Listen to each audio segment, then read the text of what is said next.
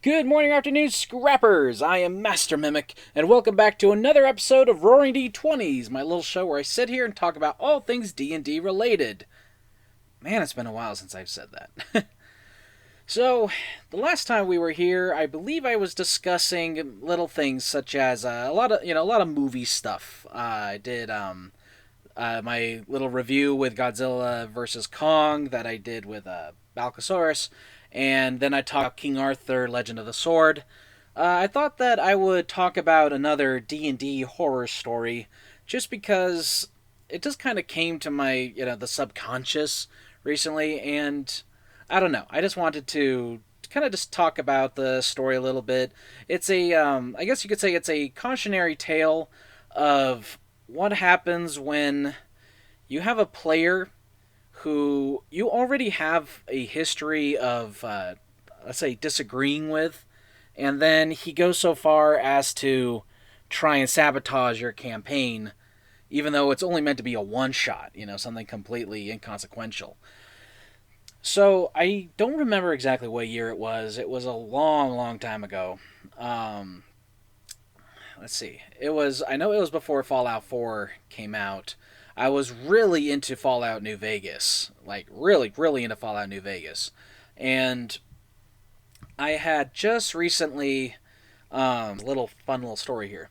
So to afford Fallout New Vegas, I actually ended up trading in my copy of Fallout 3.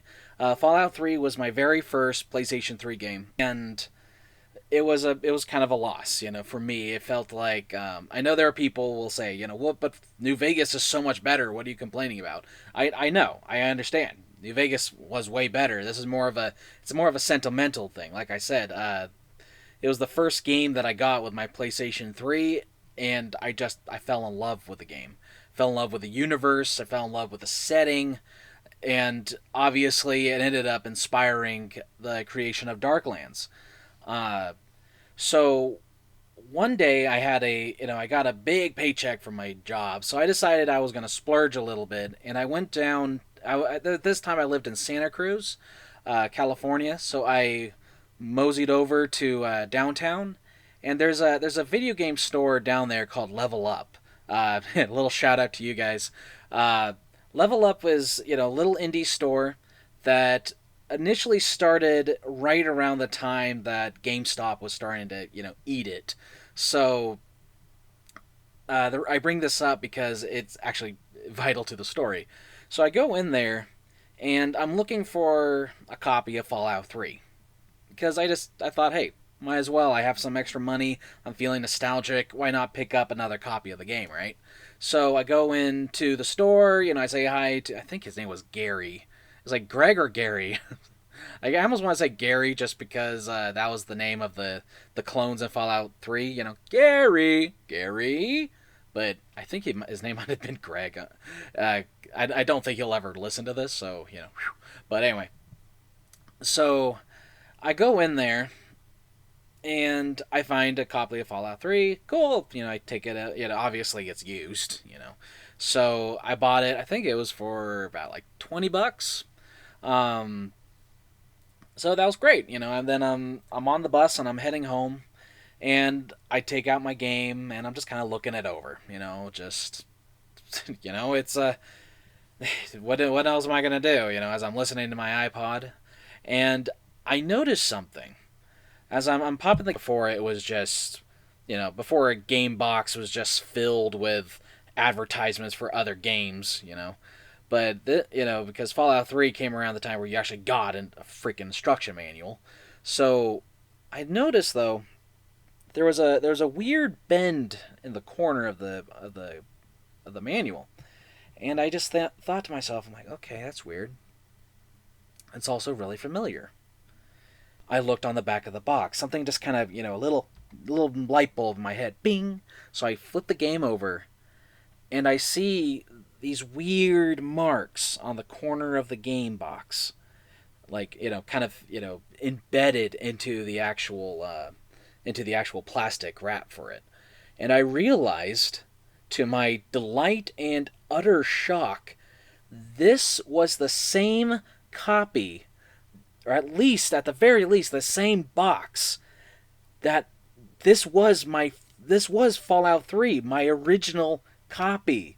Somehow, I had gone into a GameStop and I traded it in for Fallout New Vegas. Then somebody must have bought my copy, played it for a while, and then sold it to Level Up to eventually be bought by me again. I thought that was just so crazy. The reason why that bend in the manual, as well as the little grooves on the plastic, were familiar. The the manual was bent because at this time my little brother, he was kind of coming up in the world. What I mean is he was still he's still a little baby, so he was teething and all that. So he got a hold of the manual and he ended up bending the corner of it. I remember I was really like annoyed by that because, like I said, this was my first game, and I just got it. And then the grooves on the box was from him teething, and he bit into the and actually left a little indentation on it. So that's how I knew this. At the very least, the box belonged to my original copy. Obviously, I don't know if the disc was, but I just remember that blew me away. But anyway, back to the to the horror story. So I was really in. I'm replaying Fallout 3 at this point, and I'm just surrounding myself in Fallout lore. And I decided, because at this time, the game that I was running, my one of my adventures, was winding down, and it was only going to be a matter of time before Balcasaurus was ready with his game. I think he was still running his game. Oh no, actually no. Sorry. I don't think Balcasaurus was ready for his campaign yet. I think this was still around the time I was the Forever DM. That doesn't matter. Basically, what happened was I was starting to think, what would be kind of fun, just to kind of give myself a little bit of time, because although now we meet up weekly for our game nights. This was around a time where, obviously, like every other gaming group, we often had to meet very sporadically. We might meet up 3 times a month. We might meet up once any 2 or 3 months. Like, it was very, like, all over the place. We didn't even have a real consistent place to play. It was either at my friend, or it was at my house. A few times it was at Balcasaurus's place. Sometimes we'd go to our community college, and there'd be these tables there that we would play at. So it was it was very kind of chaotic, but I knew I needed to at least have some time, or at least a safety net, I'll put it, for when a game night comes around and I might not be ready with my next adventure. So I decided to start making a Fallout game. And so the Fallout game was, like, I ended up using GURPS, which is a system that Fallout actually, Fallout 1 does use. Or, that's the whole special system. So GURPS is one of those systems put in place that you could put with virtually any setting. And so plug it in the Fallout, which was already created and conceived with GURPS as a foundation. It was actually really easy. I remember I told people, it was at this point it was Balcasaurus, my buddy King, and then Cooper, and I told them, so in terms of races, you have humans, then you have ghouls.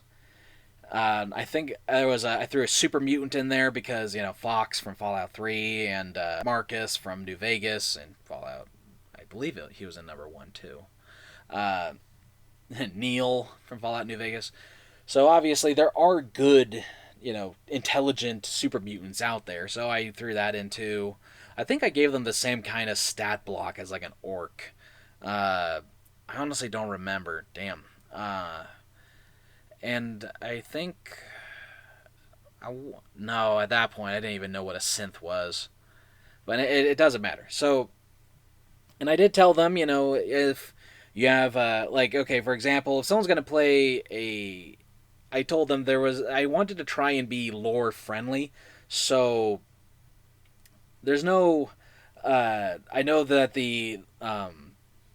I know the Enclave did have a super mutant as one of their own, but and this was something actually. This was my first ever clash with Cooper, because Cooper wanted to play someone in power armor, and the first thing he wanted to do was play a super mutant. But the problem is the guy that he wanted to be like. I actually completely forget his name. I think he was in. He is he was a rarity. If anything, he was one of a kind. An Enclave soldier who was actually like turned into a super mutant and yet given power armor. It was insane. So he really wanted to play this kind of character, or at least play a super mutant. But he said he wanted him to wear Brotherhood of Steel armor. I told him no. Why not? Super mutants can wear armor. Well, yeah, but the Brotherhood of Steel, no. You get shot on sight. They wouldn't. They're not gonna take a super mutant in. Will they let Fox in? When you're playing the game. Well, yeah, because the game wasn't formatted properly. They're not gonna have. Every time you go into the Citadel, they don't want poor Fox getting lit up by lasers. It's like it's meant to be. It's a game. They don't want to punish you for having like the best companion in the game, at least my opinion. And so he and I remember it was we were texting, so you could imagine like angry 2010s texting back and forth. Uh, he ended up eventually conceding. He then tried to pitch a super mutant wearing Enclave armor because that guy from the original game, he wore armor. I told him, well, yeah, but he was one of a kind, man. I said, I told him, well, if you can give me a good reason why an Enclave soldier on the East Coast, because I based it in the capital Wasteland. I said, if you can give me a good reason why the Enclave on the East Coast didn't just vaporize this guy this moment that he became a super mutant, or even better, if a super mutant walked up to them and he didn't get blasted, then yeah, you can play him. He tried to say, well, they took an exception to him. No. I told him, no. I said, the game, literally, the whole story of Fallout 3, or at least the scheme of the Enclave, is they're trying to poison the water to kill all mutants. So, them allowing not only a super mutant in their ranks, but also giving him power armor is very counterintuitive to this. Thinking back at it now, I think if he had said something like Colonel August had like hid him away or something with the plot to betray him, that's when the Vault Dweller, what was his name, the lone wanderer in that game, completed the evil quest line, the evil ending, then yeah, sure, I think I would have actually bought that, because Colonel August was obviously a guy trying to betray or at least the President Eden, trying to usurp his control over the Enclave. So, honestly, I think I would have actually accepted that. But he didn't say that, and I wasn't in the state of mind, hindsight and all that.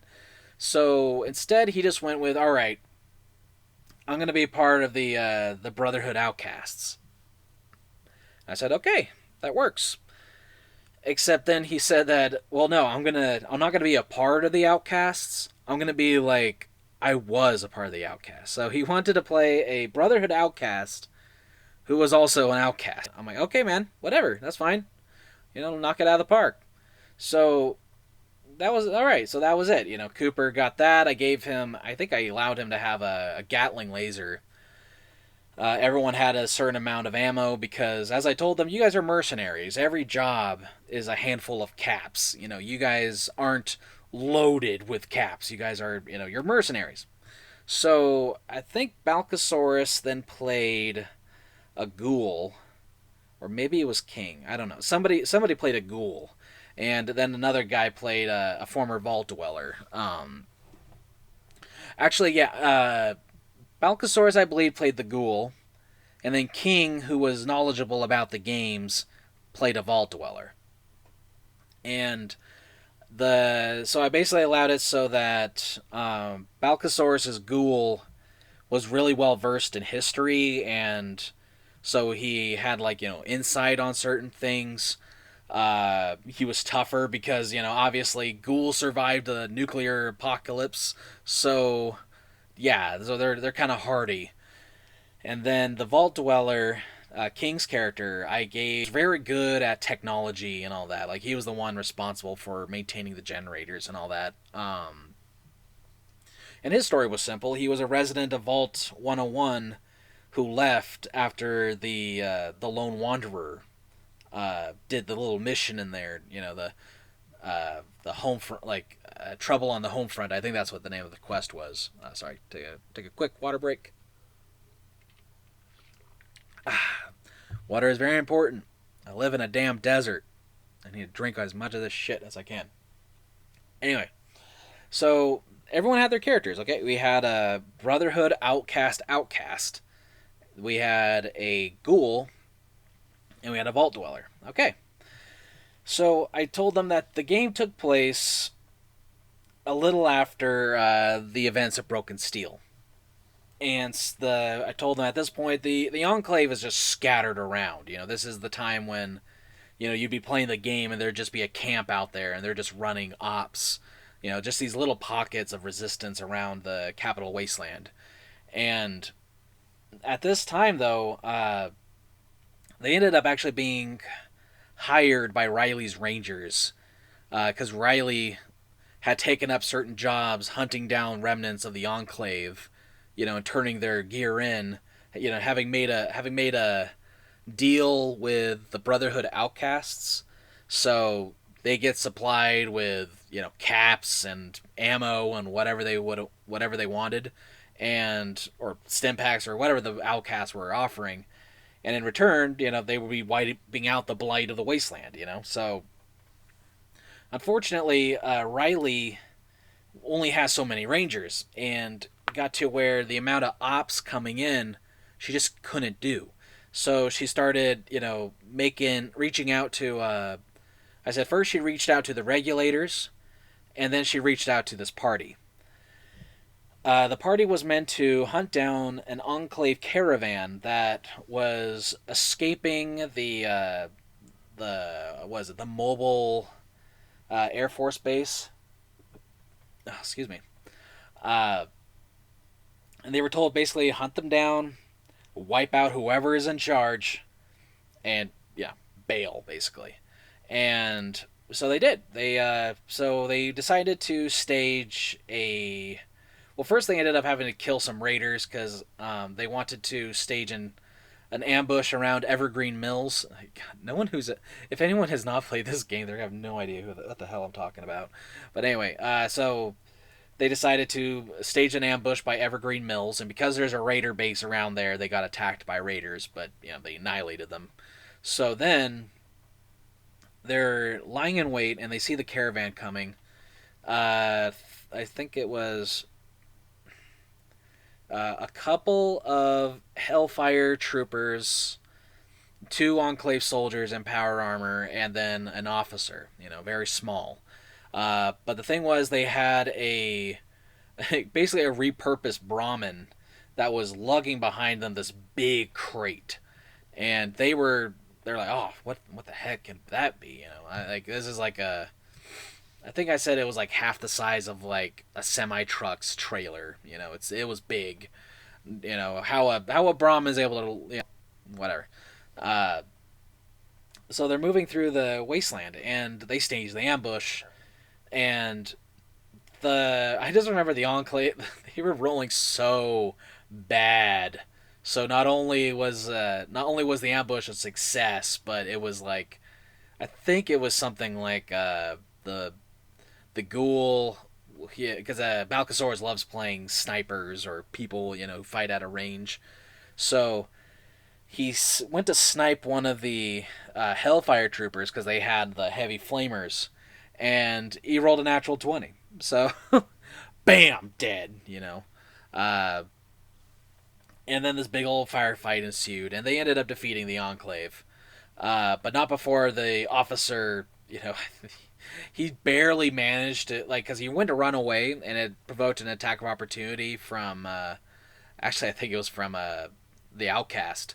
And he opened fire, and the guy had like 2 HP left as he ran over quickly, put in the combination on the little keypad, and the doors opened, and they brought up their weapons. They killed the officer. So at that point, a death claw emerges from the crate, and as they bring up their weapons to fight it, because especially King and Cooper, they're looking at me like, "Oh God, are you? Oh, you're. We just went from fighting Enclave, now we got to fight a death claw." Until the death claw ran away from them, he scurries off into the Wasteland. Now, this was kind of where they could have just gone either way, but because at that point it was, well, it's a death claw, so we should get rid of it because what if it hurts somebody? I think this was Balcasaurus' character because he's the ghoul. And the Vault Dweller was like, yeah, we're if anything, we might be able to get its hide and get some good caps for it. So they decided to go after the death claw. I forget where exactly they went from there, but they ended up going into this little suburban area with all these like ruined houses, and they're following the Deathclaw's trail, and the Deathclaw ended up sneaking through. Yes, I did say sneaking. A camp of super mutants. At that point,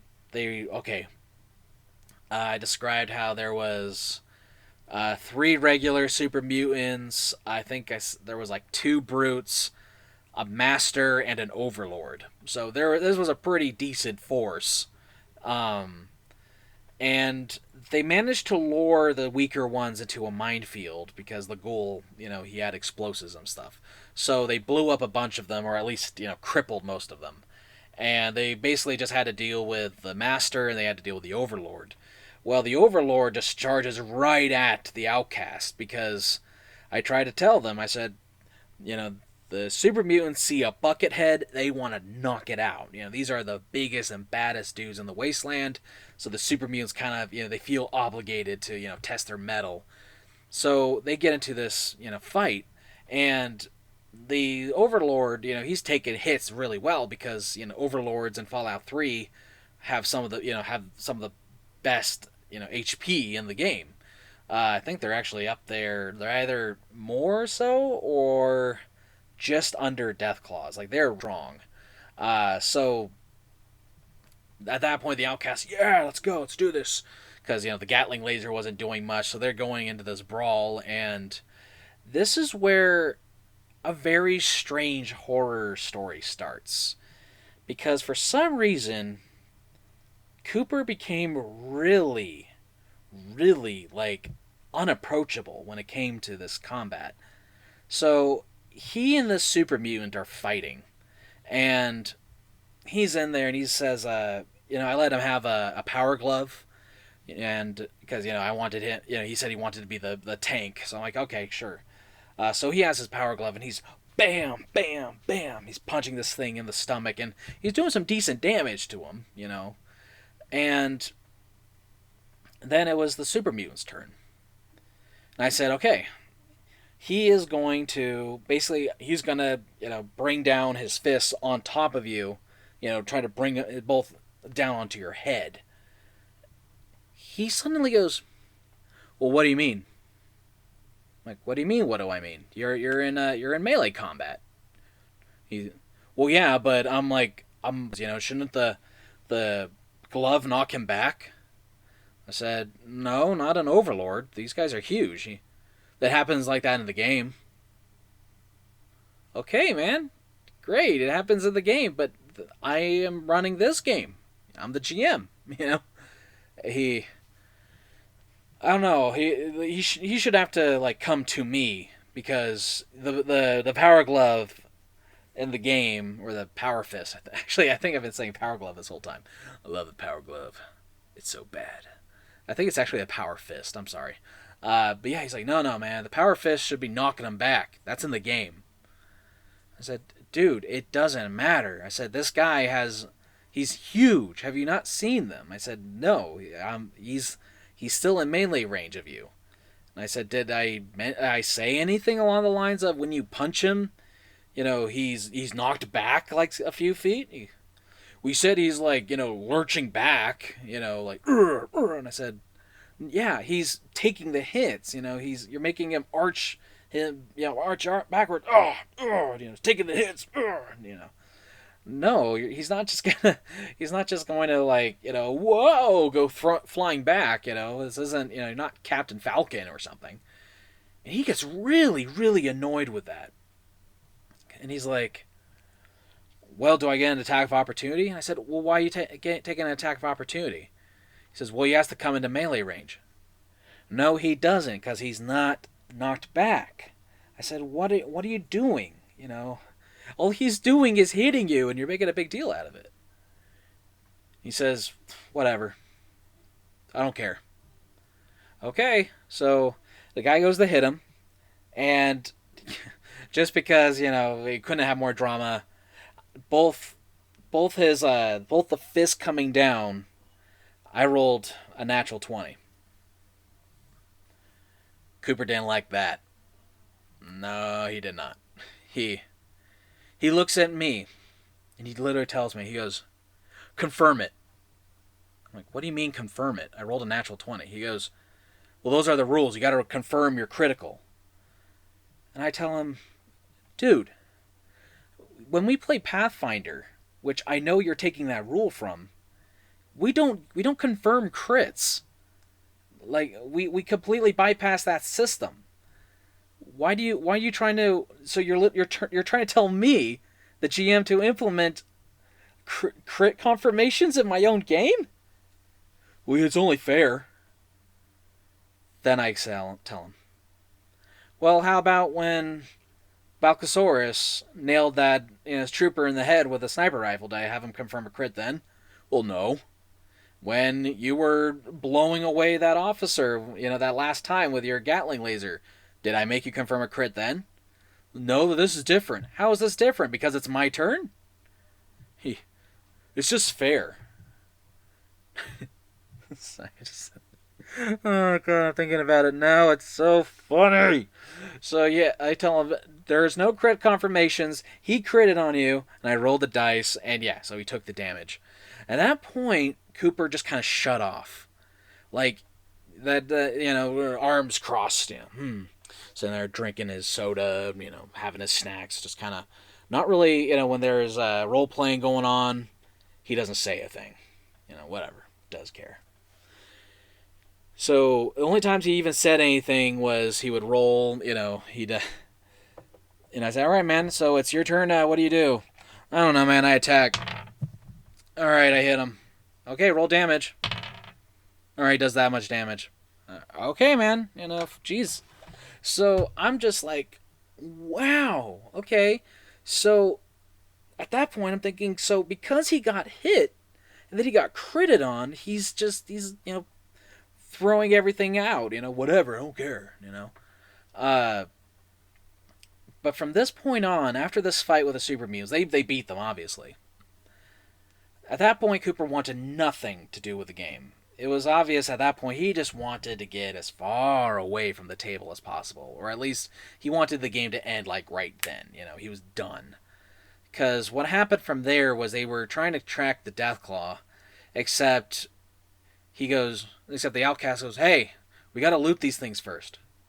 Okay, sure, you guys loot. All right, you guys, loot. That's fine. I told him you get this much ammo. That's the kind of weapons ammunition you get. And I said you find this amount of caps on them. And okay, cool. Hey, let's head over to Megaton. The other, especially King, he's looking at him like, what? No, we have a mission to do. No, man, we got our gear. Let's just let's go over to Megaton. So at this point, the party is very confused, because initially it was, hey, let's go track down the Deathclaw so that we can get its hide and its pieces, to the trade. So thankfully, King and Balcasaurus are amazing at avoiding metagaming. Because then they say, because their characters call them out. They say, "Well, Outcast, why do you want to go back to Megaton? What happened to hunting down the Deathclaw? It's just the Deathclaw. There's no big deal about it. Let's just go." We want to hunt the Deathclaw because it has stuff that we want. We want to use it for parts. Whatever. So okay, the Outcast basically whatevers himself back into the party. And at this point, it's obvious, okay, I don't know what the hell's going on with Cooper. I don't know why he is so anti-me right now. There was just that one moment where he just snapped. But from then on, he just did not want to play.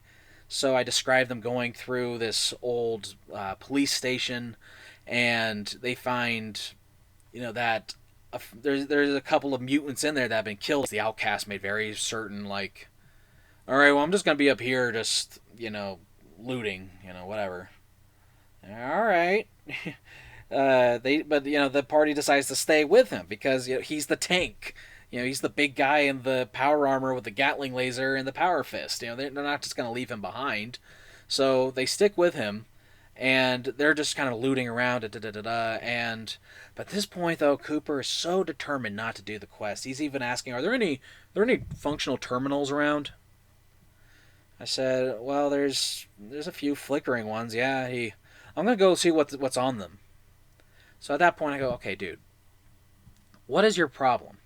"What do you mean? What's my problem? I'm playing the game. I'm playing your game." And, "Well, you're not doing the mission. I'm like, why is your Outcast suddenly so interested in what's on the terminal and not pursuing the Deathclaw that is in the building?" "Well, I feel like I remember he said something like, I feel like I don't know, the armory and the place might be available, and there might be tech in there, because I'm a brotherhood, like that." And I'm like, "Cooper, man," I'm like, "the guys want to go with the mission. Okay, that's them." And I'm just incredulous. I'm like, all right. I tell him, I kind of like force it on him because I tell him there's nothing on the terminal. I said it's just the database of, it's just a database of like criminals they apprehended, a few days before the bombs fell. "That's stupid." I'm like, "Well, that's based on an actual terminal in the game, so for someone who's going for game purity in this, I'm very surprised that you're complaining about that." So at that point, I forget how they convinced the Outcast, but eventually the Outcast did decide to go with them. Oh, right, because I said the tracks for the Deathclaw actually led into the basement, and if they wanted to pursue him, they had to go down there, and they said, well, for all we know, there could be some tech down there. The armory might be down there. All right, so they go downstairs, and they find a hole in the ground, where I basically said it was kind of where the super mutants would they'd go into this, big tunnel, and I said the tunnel itself was actually made by inmates that were trapped in the jail, when the bombs fell, and that was them escaping. The super mutants basically used that same tunnel to kind of sneak underneath, and they'd, emerge from somewhere else in the wasteland to, so that way they could raid and pillage, do whatever they want without actually being, followed, at least not easily. So they find this tunnel, and in there they pursue the Deathclaw because it was, scurrying around in there before eventually it turns to them and, "Leave me alone." Whoa, it's a talking Deathclaw? And at that point, the Deathclaw slithered away, and I called it. Because at that point, it was obvious because Cooper was sitting there, arms crossed. And it was a very stressful time when you're a GM and a player's not having fun, or even worse, that they are fishing for anything, any excuse in the world to basically make your campaign difficult. It's terrible, and because it was just the group of us, and I think we were even at his house, we were at his house, so I couldn't even tell him, all right, you know what, go home, whatever, go away. So he was very he was very quiet after that, and we ended up wrapping pretty quickly. We all went home, and I get a text from him the next morning. So I slept on it. It said, I'm gonna be paraphrasing, but basically it was I slept on it, and I still think it was I still think it was bullshit that you critted on me. You should have rolled a confirmation. And I said, all right, man. If you want to introduce crit confirmations in the group, you're more than happy to bring it up. But the thing is, we've never done crit confirmations ever in our group. So why is it now when one enemy hits you with a crit confirmation after you scored a critical of your own without me forcing you to confirm? How is that fair? Well, it gives me a chance not to get critted on. But how's that fair for me as the GM? A long pause. I think about like most of the day went by before I got his response of, "Well, as a GM, your job isn't necessarily to hurt us. You're basically a storyteller. So maybe you should remember you're a storyteller. You're not a player." That set me off. I said, "Dude, I am a GM. Yes, I am a storyteller. Yes. The problem is." I'm trying to tell a story, and you're being a baby because one enemy critted on you, and for some reason you thought that was the end of the freaking world. I have no idea why you're coming down on me so hard. I have no idea why you have this sense of, entitlement that enemies, enemies need to confirm crits because we're not players. And I even told him, I said, look, again, if you want to put crit confirmations in your game, that's fine. I'm not going to do it on mine. And I said, plus, from what you're trying to tell me, you're saying a GM isn't allowed to have fun either. A GM isn't allowed to implement challenge onto a player. Even though I had you guys fight a bunch of Enclave soldiers, which you guys rolled really badly with, so maybe that gave you this sense of, I'm all powerful, So then when one enemy crits on you, it's, oh, what the hell, this game's broken. Again, guys, I'm paraphrasing, but I generally remember what I sent him. His response? Whatever, man. Alright. Now, you guys are probably asking, well, what happened with Cooper? Well, despite all that, Cooper is still my friend. He and I don't really talk much these days. But essentially the thing is that Cooper he's one of those players who's very he loves victory but despises defeat. And this one, I think I've told stories before of me having, my clashes with Cooper. If not, I will. Because I guess it was just the idea that you had somebody who felt like he had a lot to gain or a lot to prove personally to himself. But then he looks at me, who's a GM, who's at that point I've only been GMing for maybe like 4 or so years. So I'm actually not as, I wasn't as good as I was back then. Or sorry, other way around. I wasn't as good back then as I am now. So, I made mistakes. I'm not going to say I'm perfect, but the thing is that I think it was that experience, just something about him, just like he just never liked it. Never liked feeling like, I guess. And he's run a few games, and I will talk about them in the future. And hey, even Little Batty might even join me on a few of them. Where when he GMs, he's very, very much in a god complex. You can't do that because I decreed it doesn't happen. Even though there's no real indication of why it wouldn't work, here's a quick example. We wanted to tame a dinosaur he threw at us because Balcasaurus, if you can't tell just by his name, and Little Batty, they are two of the biggest Jurassic Park fans you can imagine. So he threw a dinosaur at us as a boss. We decided we were going to kill him. We were going to tame him. So Cooper texts another player who wasn't all that enthusiastic about having a pet dinosaur. And he literally tells that player to basically stab the dinosaur to kill it. Now, this led to the three of us basically group vetoing that. Why would, we're not going to turn our back on a dinosaur. Why are we just standing around going, burr, burr, burr, burr. We're going to have our backs turned and, hopefully nothing happens to our new pet. And it was just from there, but that's just what I mean. He didn't want us to tame a dinosaur.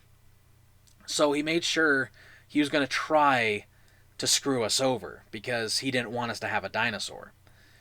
And it's like, look, man, we're player characters. We're gonna do things you don't plan. You guys certainly do things that I don't plan. So, you just kind of have to do it. But that was that was the issue with that Fallout game. What I really should have done is I shouldn't have just left it there. I shouldn't have just, all right, you know what, whatever, we're just going to keep with the game. I should have just said, okay, dude, what the hell is your problem? Because at that point, no one was having fun. Everyone was miserable. And when we were playing the game, it was like you could cut the tension with a knife. It was that thick. So all right. So what are we gonna do now? But I hope him the best. I hope he's if he's still playing. I hope he found a good group. I hope I hope all the enemies have to confirm crits on him. I really do wish him the best. He is. He may not have been a very good player, may not have been a very good GM, or at least within our group, but he was a good friend. I will say that much. It's just, my God. Thinking back to it, that had to be like one of my most tumultuous games I've ever done. I mean, there is another one where I ran a game based in the world of 28 Days Later, but that's a story. That's a can of worms for another day, I tell you. But anyway, so basically what I would say is if there is a player who's hassling you, if there, you get that, you're getting a heckler who just won't let you play your game, won't let you run your game the way you do, you want to, you got to confront him. You gotta just sit there and look at him and say, oh, dude, what the hell is your problem? Why can't I run my game without you opening your mouth and complaining about everything? Because when there's a guy who's just heckling you the whole time, when he's constantly watching you, unblinking, waiting for you to say or do something that will allow him to get the advantage over you, it's not fun anymore. It seems more like it's a conflict of wills. You're trying to kind of one up each other, and you should only do that if you're in the game. The PCs should be doing that against a group of gnolls, not a GM against the players. There should never be this feeling of an active hostile rivalry at the table, because it just spoils the fun for everybody. And if you're somebody who can't stand being hit, who can't stand the idea that an enemy could dare make you bleed your own blood, well then, I hate to say it, but maybe D&D is just not for you, because it's not, this isn't Skyrim where you can mod it until it breaks, or in this case, it's not Fallout 4 where you can mod yourself to where you don't take any damage. It's just it was just a very bad situation. And thankfully, my current group, consisting of Little Batty, Balcosaurus, and my brother-in-law, the negotiator, fantastic. Honestly, this is easily one of the best groups I've ever had. But anyway, so that's basically all I really needed to say. Another little fun horror story there for you, as well as a nice cautionary tale. Because you know what, if I can take a hit and be able to tell the tale, maybe I can spare someone a similar blow. Anyways, so I have been Master Mimic, and I thank you all for listening. Have a great one.